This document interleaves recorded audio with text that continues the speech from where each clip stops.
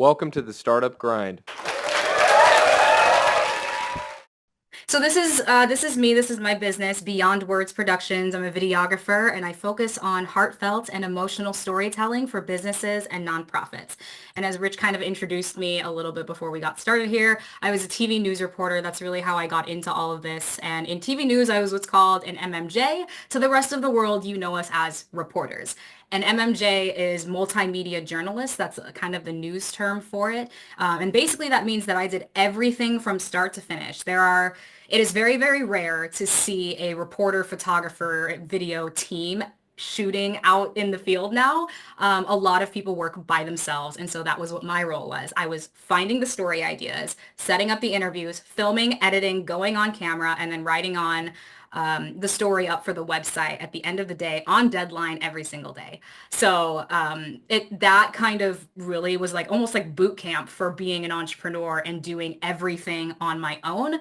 Now I just don't have to work on a daily deadline, which is fantastic, but all the other nuances that come with entrepreneurship. So I would be remiss if I didn't share with you my own story of how I fell into this. That helps you connect with the whole idea of why you need to do storytelling. So before news, I actually started out like writing poetry. When I was a kid, I grew up in a very like emotionally abusive home. So I didn't really have anybody to talk to. I didn't have an outlet. So I started just on my own accord writing poems as a way to kind of release. And that was the start of like my emotional journey and getting in touch with my emotions. And so anyways, when I went to college, I didn't know what I wanted to major in. But when I sat down with a counselor, they asked me, what do you like to do? Or what is your passion? And I said, well, I like to write poems, but I don't want to make a career out of that. So they put me in journalism because that involves storytelling. There can be emotion involved, and I liked to write. So that's kind of the trajectory that led me to where I am today. But I want to share with you a poem that I wrote several years ago that tells you my why of why I focus on heartfelt storytelling and how impactful it can be. So the poem I wrote goes, I used to wake up every morning hoping my next breath would be my last, paralyzed from the inside out, refusing to let go of the past. At war with myself on the inside while everyone outside got the angel in me, not realizing my company is the only one that would truly set me free. The lowest point for me wasn't calling out my flaws. It was realizing what could be and all the time I'd lost. For every moment spent feeling sorry for myself, ungrateful for what I had, finding every excuse why I didn't deserve good, kept me unhealable and sad. The undeniable pain and abuse my heart endured fueled the calling in me that I would get better, rest assured. With enough time that's passed, enough self-reflection and honesty, I found the answer to all my problems was the very thing inside of me. It was accepting that the world doesn't owe me a thing, that only my willpower and grit would force my ass back in the ring. Now I can help others heal, fight the enemy they've created inside their head, filter out the bad thoughts, replace them with the good ones instead. It's a pain I find relatable when I definitely don't miss, but what I find insatiable is helping others find their bliss. So my why really stems from the fact that I love helping people get in touch with their emotions. I think especially nowadays with the uprising of artificial intelligence, AI, there is so much importance in EI, emotional intelligence. And when we connect with people in a much deeper sense than just what our business is, but the why behind it and the passion, it's so much more meaningful. Whoops. All right, so getting down to like the info part of this webinar. These are stats that I take from a company called Wise Owl, and they do studies on video marketing and how well it works for people. So Wise Owl surveyed almost 1,000 people for this and shows these statistics that 30% of businesses who participated in this study said they don't have time to create video content or they're unable to convince the key decision makers to invest in video. Some feel that video is too expensive. 18% don't know where to start when it comes to video content creation. And then 8% don't feel that video is needed. So with that, For the people that did use video marketing, 39% created video testimonials, making that the most popular single-use case for video marketing this year. I do a lot of video testimonials for people, and they're very, very powerful, and they're very, very effective. 91% of people saw an increase in people who were purchasing or working with these people after they saw a video produced by that business. And most marketers report success with short form videos. So 30 to 60 seconds will be most effective, especially on social media. Then you've got your 1 to 2 minute range, and then the 2 to 3 minutes. Obviously, the longer it is with how short people's attention spans are, the less effective it's going to be. So I still deal with lots of clients who want like a 5 to 8 minute video that is way too long. It needs to be short, and it takes a lot of practice to be able to condensely tell your story while also eliciting emotion. So hopefully with some of the stuff I show you today, you'll have a better grasp on that. Okay, so as I mentioned, this is all about finding your why and not your what. So I wanted to just share a message with you that I felt was really, really impactful. So I'm going to stop sharing for a second just so I can switch the screens that I'm sharing with you. And we're going to watch the first video about why it is so important to find your why. So let me share this screen with you. And then I'm going to make sure I'm sharing audio. Perfect. All right. We're going to watch this video about how you find your why and why you find your why. How do I know? A lot of people, when they think of the phrase, how do I know, they always want to put the what behind it. How do I know what I'm supposed to do? The question that you really should ask is, how do I know why I'm here? Because when you know your why, your what becomes more clear and more impactful. If you know, like for instance, people know that I do comedy, but that's what I do. My why is to inspire people to walk in purpose. So I can do comedy, I can write books, I can be in a movie, because all of it is motivated by my why. In fact, I have a new web series out called Michael Jr. Break Time. We probably just did the 6th episode. It's on YouTube. So every single Wednesday at 3 o'clock, we drop a new episode on YouTube of Michael Jr. Break Time. What it is it's me. I travel around the country and I do stand-up comedy, in case you didn't know. And in the middle of my comedy set sometime, I'll stop and just talk to my audience. And we've been filming this, and it's, you know, it's pretty cool. So we're in Winston-Salem. I'm gonna show you a clip from Winston-Salem.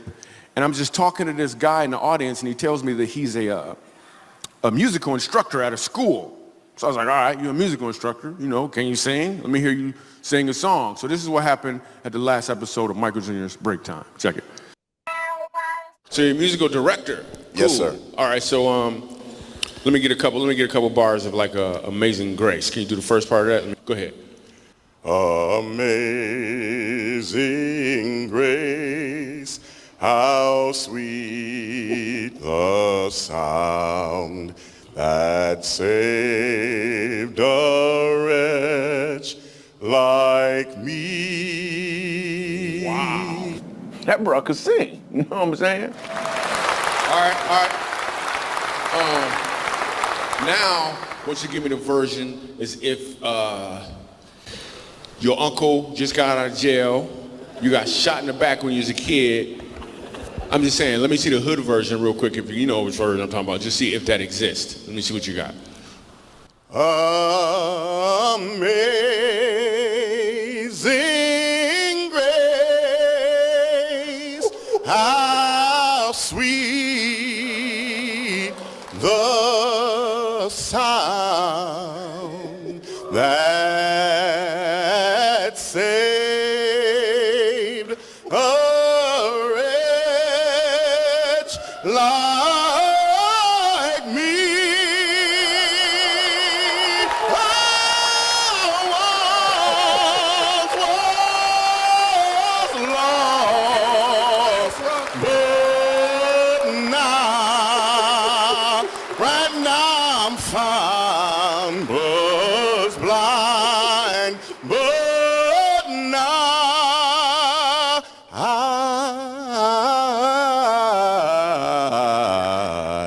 I see. Now,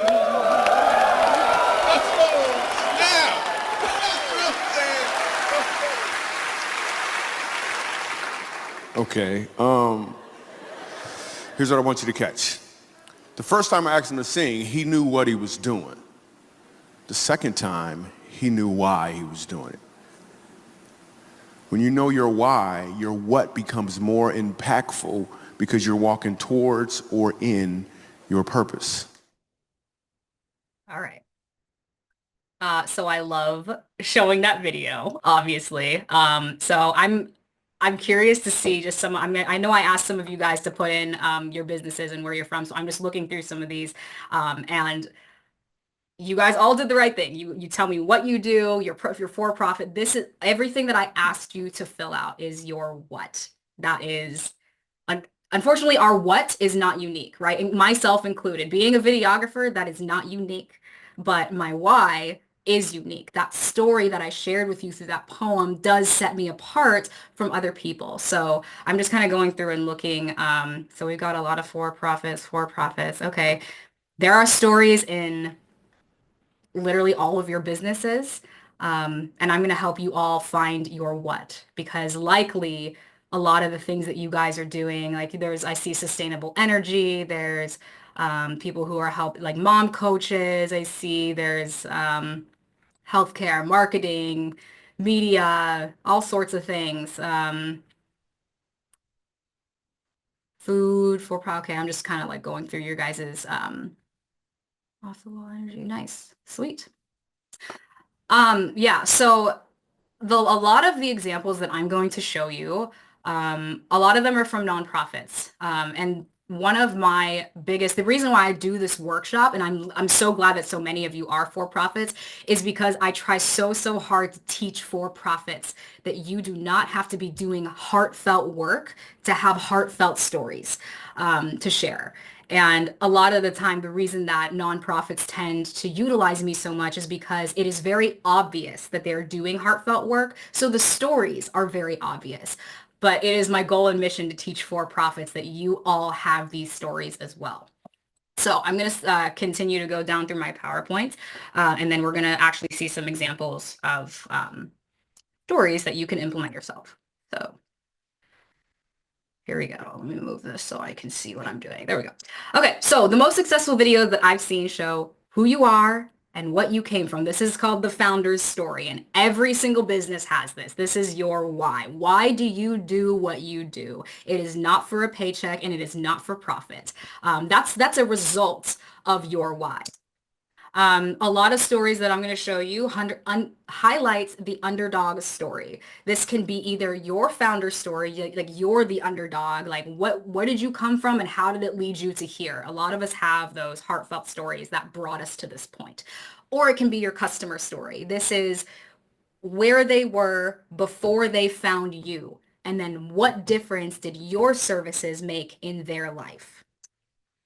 And then they obviously turn a complex story into a simple, emotive one. And this goes back to what I was saying, like, don't make this so complicated and bring in 10 different voices in the video. The more voices that you have in a video, the more it dilutes your message. So I really try to get people to hyper focus on one or two people to focus on in a video. And that helps you condense the amount of time, and it allows more character development and emotions to come through. And of course, they share the impact and the authenticity behind you and your business. And the benefits of these types of videos when you share them, people get to meet you. We all know that when people work with you, it's because they like, trust, and know you, right? Like if people work with a certain realtor, for example, like there's a million real estate agents, like any one of them can provide you a house. But why should I go with this person? They have to like you, right? So like, again, the what you're doing is not unique. Me shooting video, that's not unique. There's so many people out there with the camera. Like, why choose me? Why choose this mom coach over this one, right? Like, they have to like you. It's an emotional connection, and it shows what words cannot. So that point, before I get to the next one, is a lot of people think that just having a bunch of text on their website, that about me page, they think that that's good enough. And I'm like, I promise you that people are not reading that, and they are not nearly as invested in that story as you are. People don't read, right? Most people are watching videos and consuming content. So you want to get in front of people's eyes. Video is also an investment with a with a good return ROI, right? So this is an investment for your business. It's the same concept as marketing. The more you're willing to invest on a quality product, the better ROI you're going to get. People learn through visuals. I kind of mentioned that. That's kind of refers back to the don't just have a bunch of text on your website sharing your stories, use video.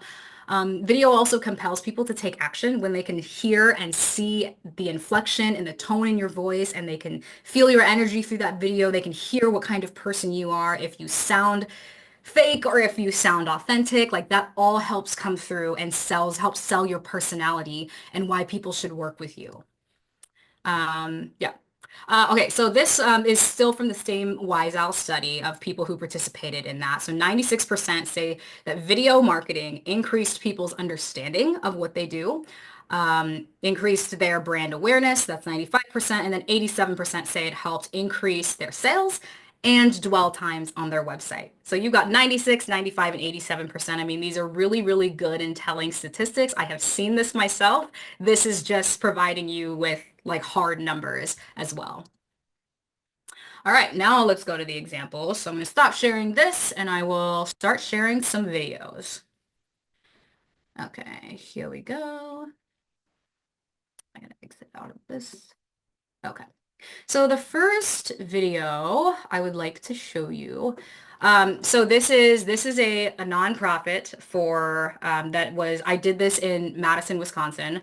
And I'm going to let the story speak for itself, and then we're going to talk about like kind of pick apart the pieces of it after it's done playing. So.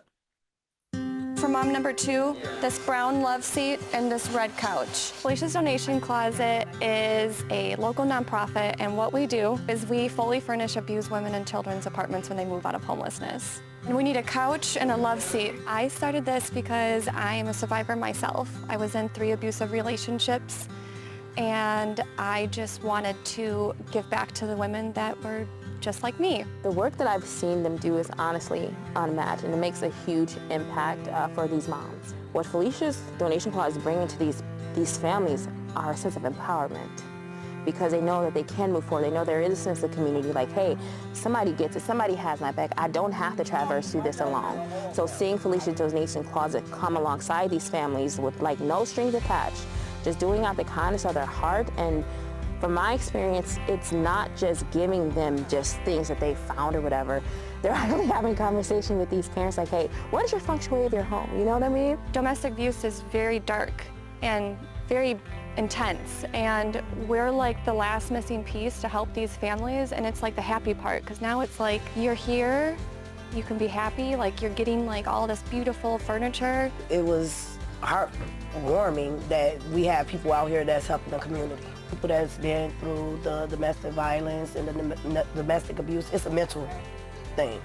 And for you to see people that got kind hearts, that's going out their way, taking their time out of their day to help, I think that is a good thing. Kids are sleeping on the wood floor. So put that with mom number 1. We are at 136 women and 215 children that we have helped year to date. The generosity is outstanding. You don't come across a lot of people that helps. And what they are doing for the community is a good blessing.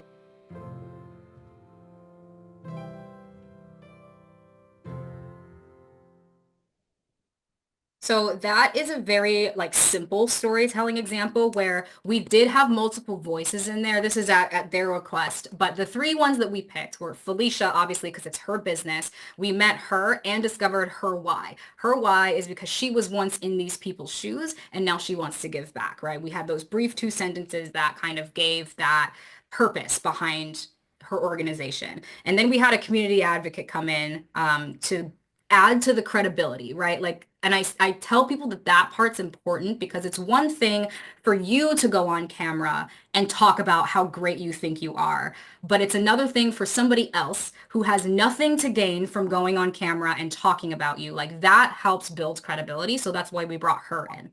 The third voice that we heard was that shot of the woman's lap. That was a voice of a survivor who we wanted to keep anonymous.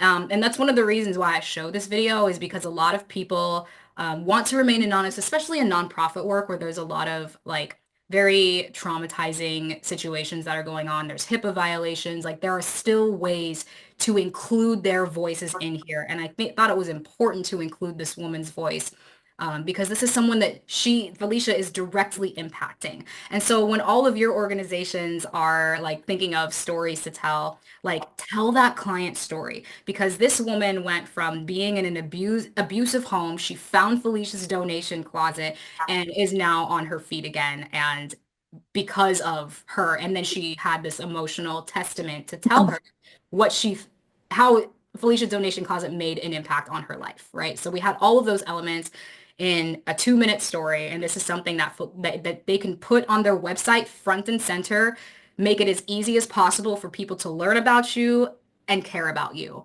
This video is why people spend more time on the website because now they're like, well, how do I volunteer? How do I donate? How do I whatever get involved? So this is just a great overall general storytelling example. This next one that I want to show you. So this video is, just think of this as a long testimonial. Testimonials are usually about 30 to 60 seconds. This is a part of a fundraising campaign where this is for United Way, where we specifically focus on one single person. Didn't hear from any of the staff members. We didn't even really hear about the programming that United Way has. All we did was hear this one woman's story about the impact that the organization made in her life. So I'm going to share this with you now.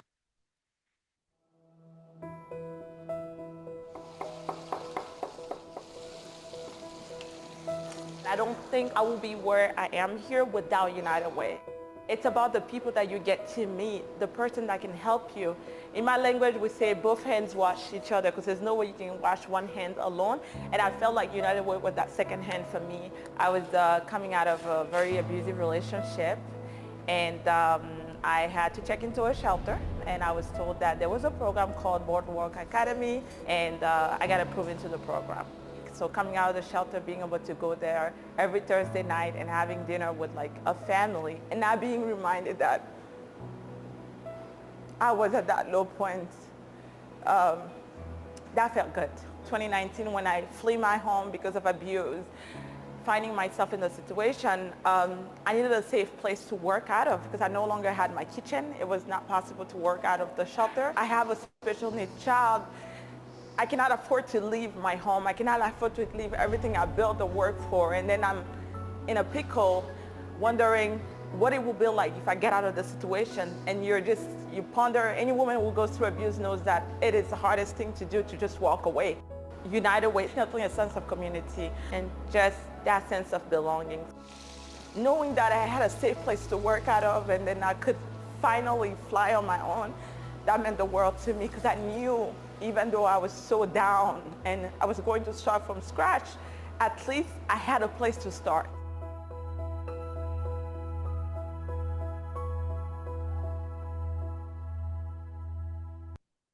So I share that story because United Way is not a place of refuge for people who are going through domestic abuse situations. That's not really what like the main thing they're known for. Like unlike, Felicia's donation closet, where that's specifically what they focus on. So I thought this was a really powerful story because it showed how United Way and the staff members that were part of this random program that she decided to join understood her situation and they went above and beyond what their scope of work was to help this woman. And all we did was talk to Awa and shared her story about how United Way impacted her life, but in a very non-traditional way. So this video actually helped them raise several $1 million. This was part of like a multi-video campaign. This was just one of the stories that I created for them and shared. But happy ending to this. Like at the time I filmed this wasn't true. But as of this year, Awa actually opened up her own brick and mortar restaurant, which is an incredible ending to this story, knowing the situation that she was in and United, like, she wouldn't be there without United Way. So I thought that was really cool. So the next one, we got 2 more to get through. So this one is, I think this is a really good example because a lot of you guys are for-profits. This is a nonprofit. However, I'm showing how a product can be the main character in your story, and how to tell a story without hearing directly from the people you're impacting. So I'll let us watch it and then kind of dissect it after.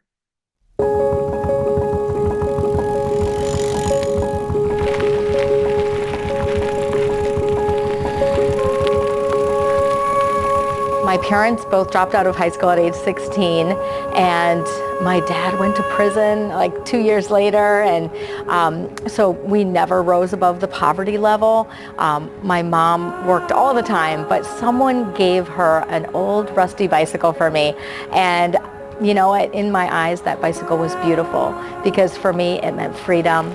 It meant I could be out riding with all the other kids in my neighborhood, and eventually that bike got me to my first job, which was mowing lawns when I was really young. And so it also meant opportunity that I wouldn't have had otherwise. A while back, one of our amazing volunteers, her name is Mary, she had texted me and said she had found this mom and a son that were living out of their car. They were homeless. And while the mom went to work in the summer, the son, Dion, had nowhere to go. So he just walked around, really high-risk situation developing. And she asked me if we could get him a bicycle. I was like, absolutely. And then Mary checked in with that family regularly and texted me back like a week or two later and said, you won't even believe it, but Dion now has found a full-time job and he's using his bicycle to get to that job. Bicycle is transportation. Bikes can transform lives, and that's just one example of the hundreds of stories that we hear. You know, I've talked with kids who will tell me that, you know, having their bike gives them a place to go that's not stressful. Maybe they have a stressful home life. And so they're out riding their bicycle, they're feeling the wind in their hair, and it almost feels like the stress is just kind of being blown off their shoulders. We call it pedal power. And it really, the way we make all of this happen here is through fundraising. We have come across some that say, you know, we just don't see a bicycle as impacting a person's life that much. A lot of people, they had their bike and it was just a recreational toy. It was fun for them. But for myself and others, this was a lifeline for us. It's physical health and wellness, but it's also mental health and wellness. There's just so many ways that a bicycle can affect a person.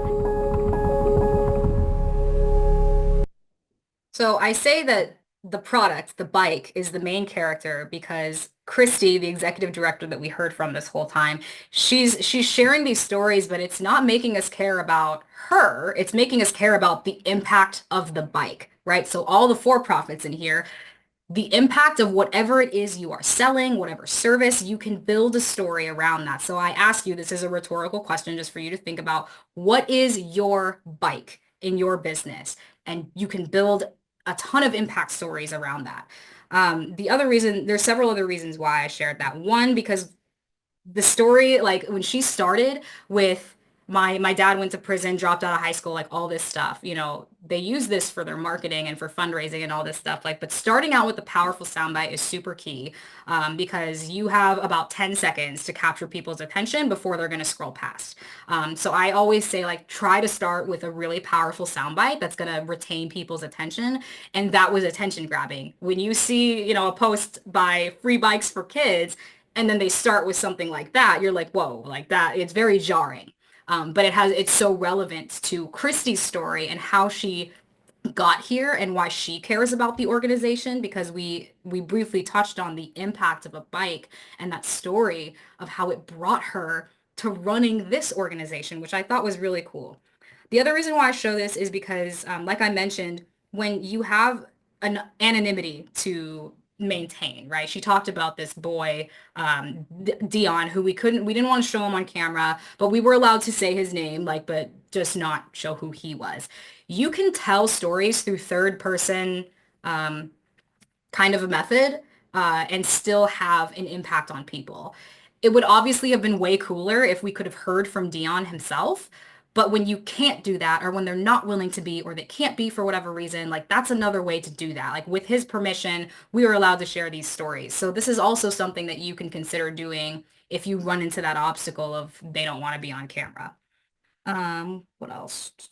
The last point I want to make about this is I think it's also really good use of your time when you're making videos like this to address why people do not want to work with you.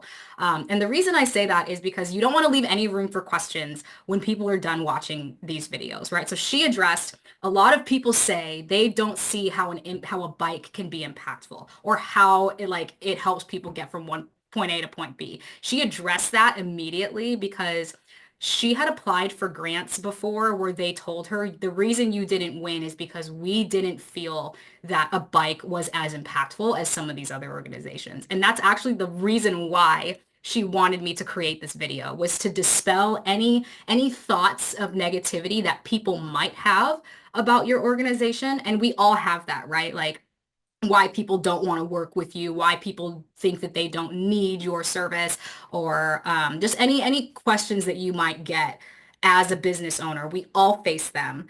So I think it's a very good use of your time to address these things.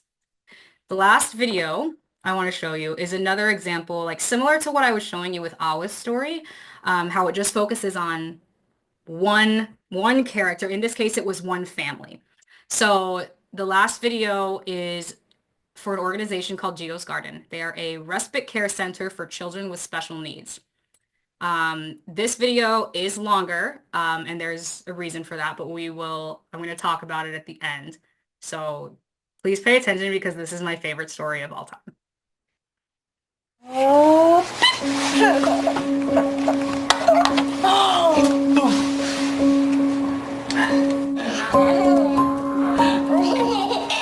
Colin is our first son. He was born on Thanksgiving Day. Colin was a little bundle of happiness, would love to smile and run and play.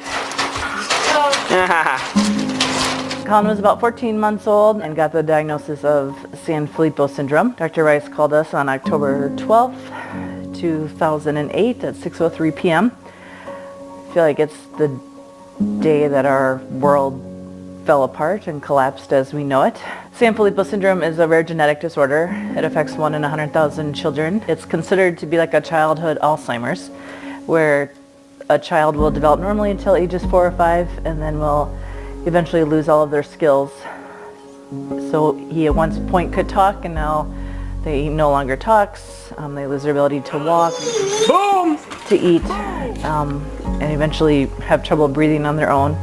And life expectancy is in the mid-teens. We made a decision early on that we would give Colin the best life that we could. We had come to learn about Geo's Garden, and we thought, well, let's give this a try, right? Colin loves people, he's very busy, and that sounds like the exact type of match for what Geo's is.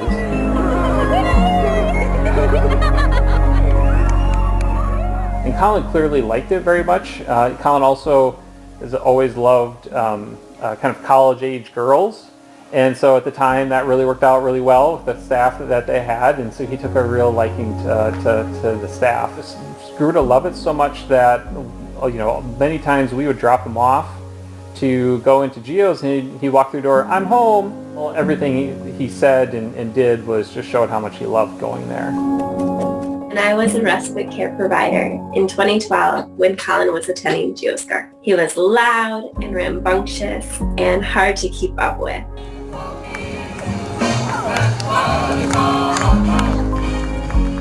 Every time he'd come to Geo's, he would say, "I'm home," and walk in like he owned the place, and he was just at ease and comfortable. It really did fill his life with joy and adventure, and he was accepted and loved. And we couldn't drive westbound on the Beltline without him asking to go to Geo's, and he would get very mad at us if we did not take the exit we were meant to take to go to Geo's. It helped push his development as far as we could get it. It just improved his quality of life so much because it just made him so happy.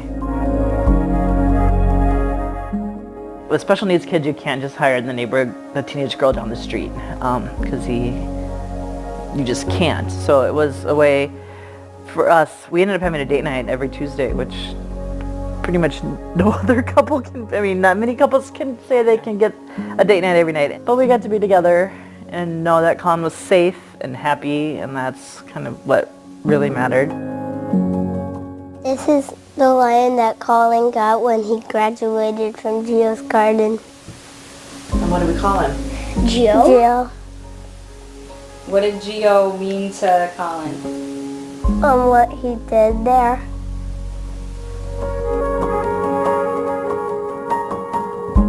Dr. Rice sat us down and discussed that he was giving us all the signs that he wasn't going to be able to fight it. So we made the call to withdraw life support and let him go. He didn't last long after we took the breathing tube out, which is hard, but yet also was kind of like, that just proved how sick he really was. I feel like we grieve the loss of our son daily.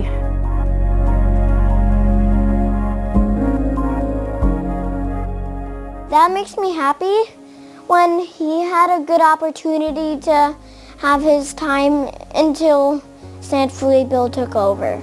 I actually liked Colin so much. I loved him. He was my favorite member of the family.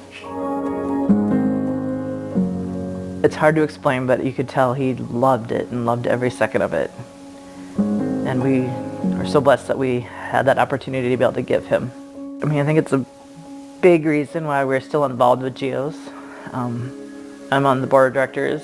We can't let it go. We always want Colin's legacy to live on through the people he's met, and then helping Geo's and still supporting Geo's and doing whatever we can for them as a way to give back to Colin and to helps ease the pain a little bit.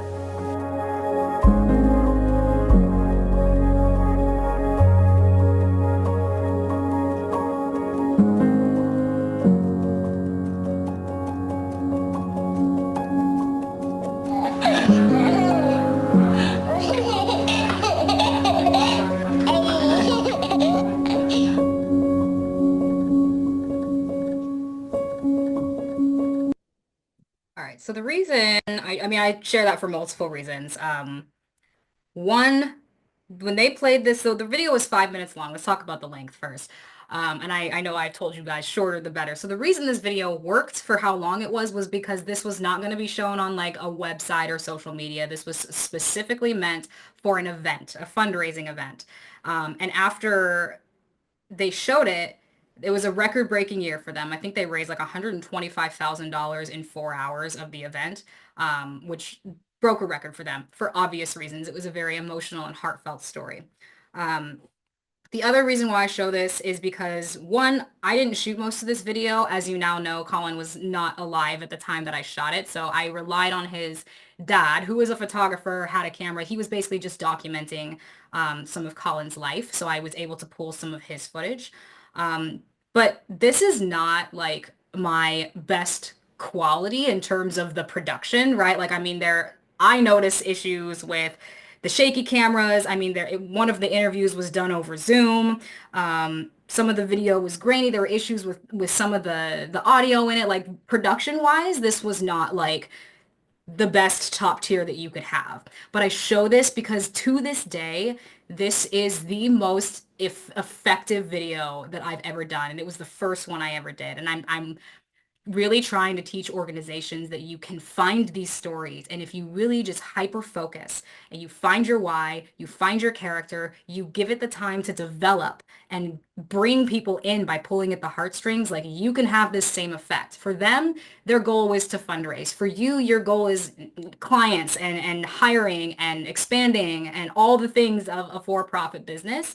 That can be achieved through something like this. And this was a board member that they just learned her story, that they learned that she had brought her son through this, and they learned that this is what happened.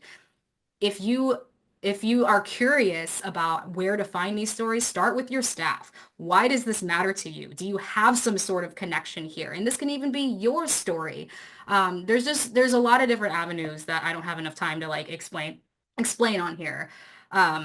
But yeah, and I also just share this because a lot of you guys like are curious about like shooting content and how do we, you do not have to have some multi-thousand-dollar video production come in and do some amazing quality. I mean, obviously that looks great and it helps when you can do it right, but you do not have to have this huge production to have a fantastic story. And I honestly think that your messaging is much more important than the quality of your video, because there is a lot of lower production videos that I've seen that I remember way more than a really fancy commercial that I saw, right? And I'm sure some of you can reflect on this and feel the same way. I think that's all that I wanted to talk about with that one. So let me finish up with my PowerPoint. And okay, so quick notes on story structure. I kind of went over some of these earlier. The start and end of your story should be your best sound bites. You want to retain people's information or people's attention the entire time. So start good and end on a bang. That first one should reel you in. That's kind of going back to that first 10 seconds really should hook people. The last one wraps up the tone, like have a nice soft landing for the end.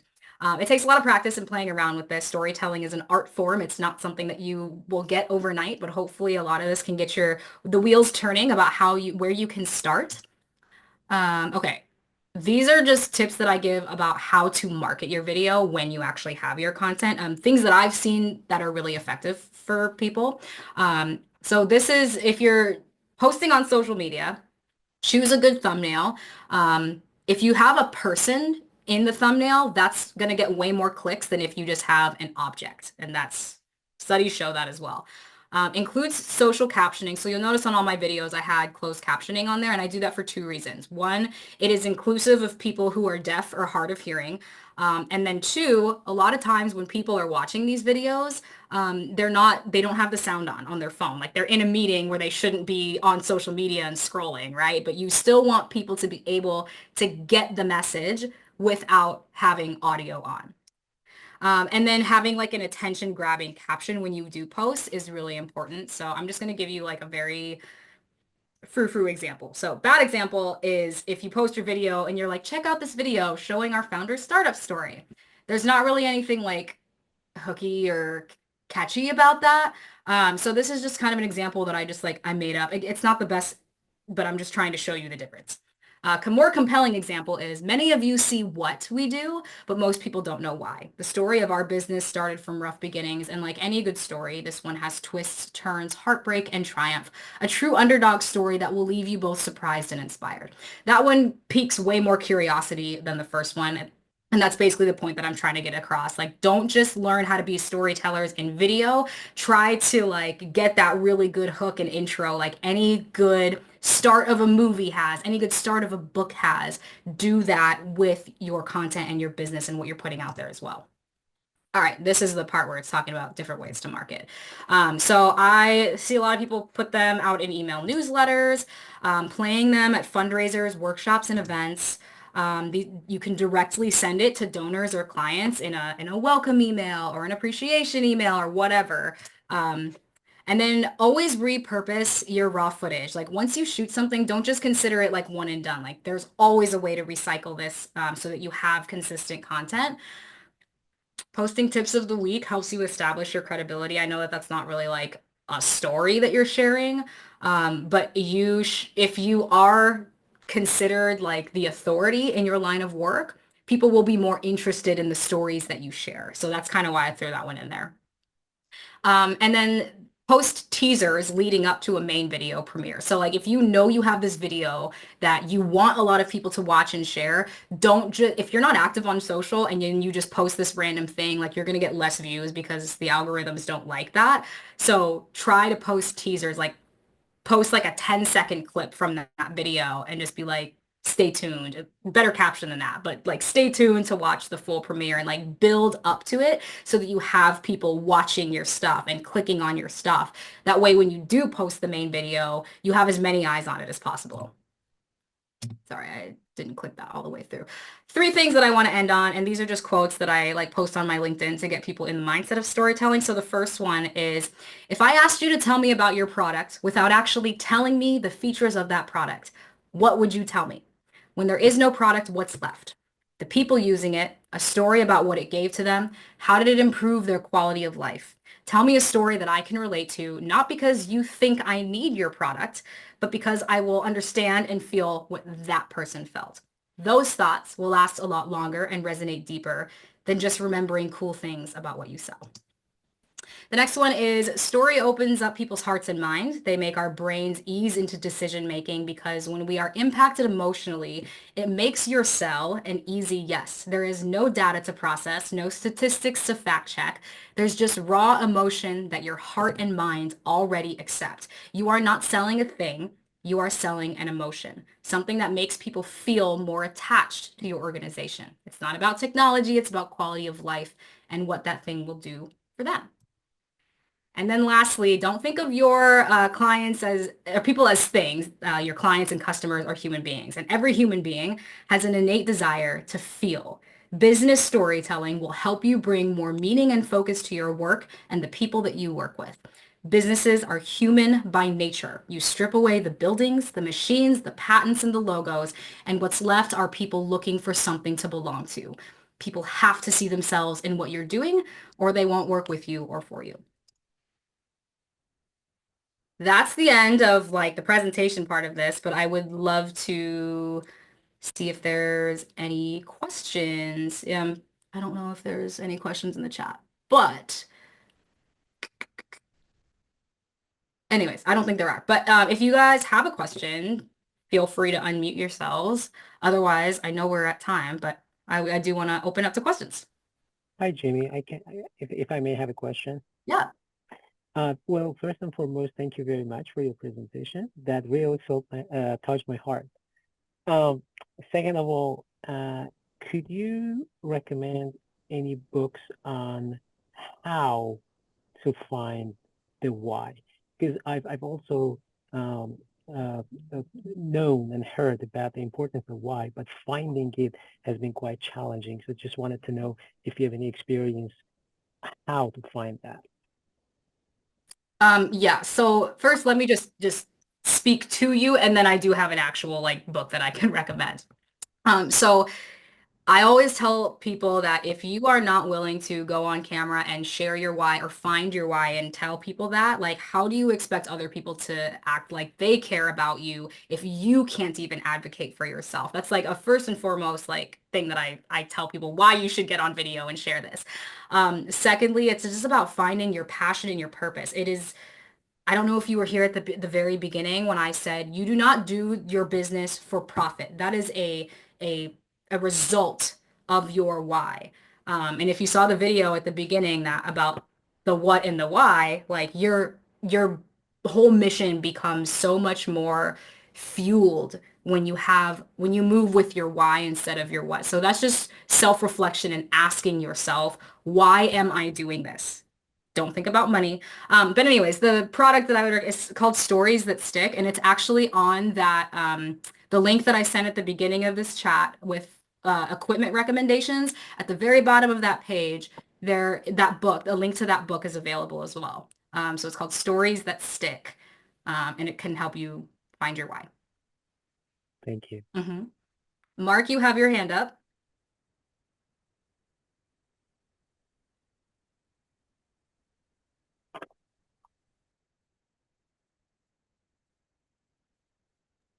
Okay. Now can you hear me? Yes. All right. Okay.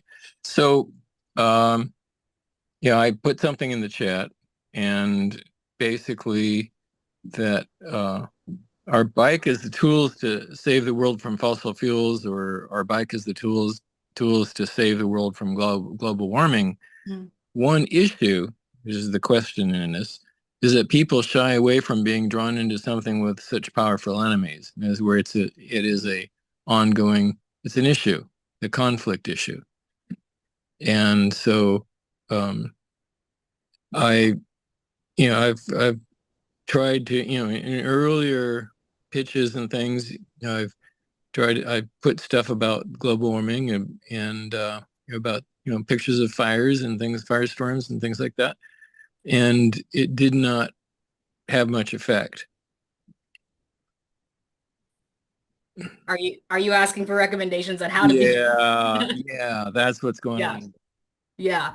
I think, well, I wouldn't say the pictures had no effect, and you can't judge that by the amounts of likes and comments that you're getting. I tell people, don't look at that. Look at the impressions behind the post. And you can do that when you go through your business Facebook page, or you look at the analytics behind it. How many people viewed it? How long did they spend on it? And it is still being ingrained in people's minds. So don't just I'm go not off. there yet. Yeah, I'm not there yet. These were actually within incubators. I went through 4 incubators in a row, and these were to the audience of the people in that group.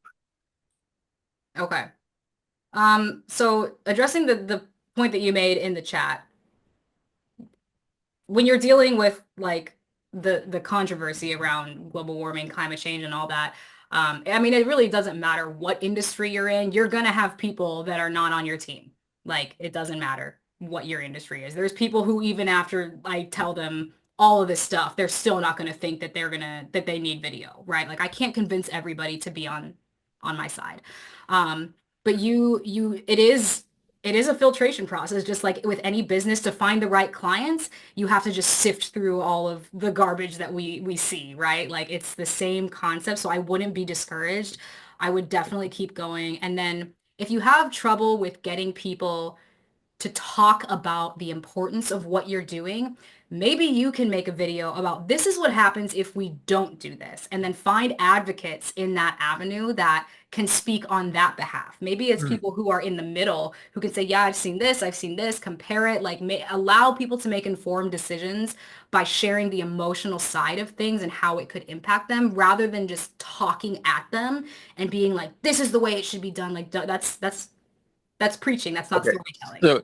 So my issue here is that we're a startup and we are developing products. So we don't have a product to show yet.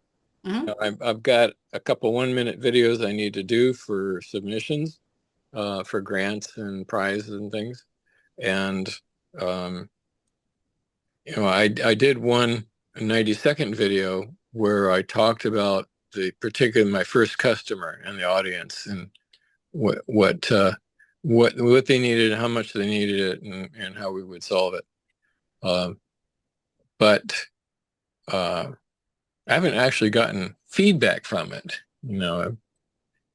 I showed it to people. I told people, well, actually, maybe that's not true. When I actually did a pitch, people came up to me afterward and expressed support. Yeah, it's a process, and you just have to be able to find the stories to tell. And if you're just super early in your startup journey, then I understand why that would be kind of hard, because you guys haven't gained enough momentum. Or, talk to the people who do support you. Like, ask them if they would be willing to talk about why. There's your testimonials before you even have a product. Okay. Like, that is something that you can use as a preliminary thing, and then replace that video when you actually have like a legit testimonial, but use what you have to build up to that point. Okay, thank you. Yeah. Can I see you have your hand up? Yes, Yeah, I just. Go ahead. Oh, I didn't know. Are you done, Mark? Okay, perfect. Hey, a great presentation. Thank you so much. Always picking up nuggets. Are there any other influencers that you would recommend besides Michael that you follow and that seem to be pretty good at helping people develop their stories? Yes. Besides yourself, of course. The name. Yes. The name escapes me right now.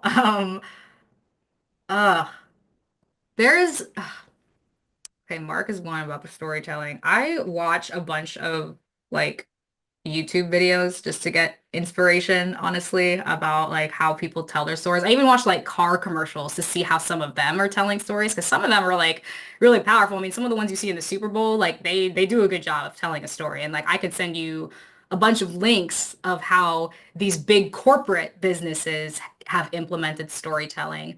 The name escapes me right now. But honestly, most of my influence came from people who work in TV news.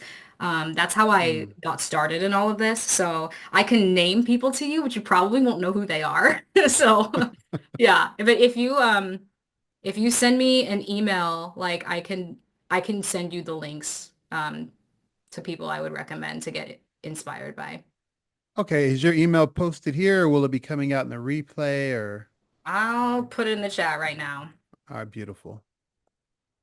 Is there any other questions from people?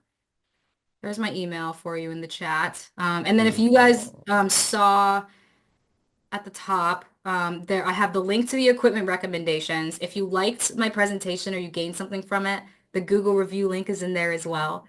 I'll repost it maybe for people here at the bottom that didn't get that. But yeah, there's the equipment recommendations. Yeah, any other questions? Feel free to just unmute yourself or raise your hand or whatever.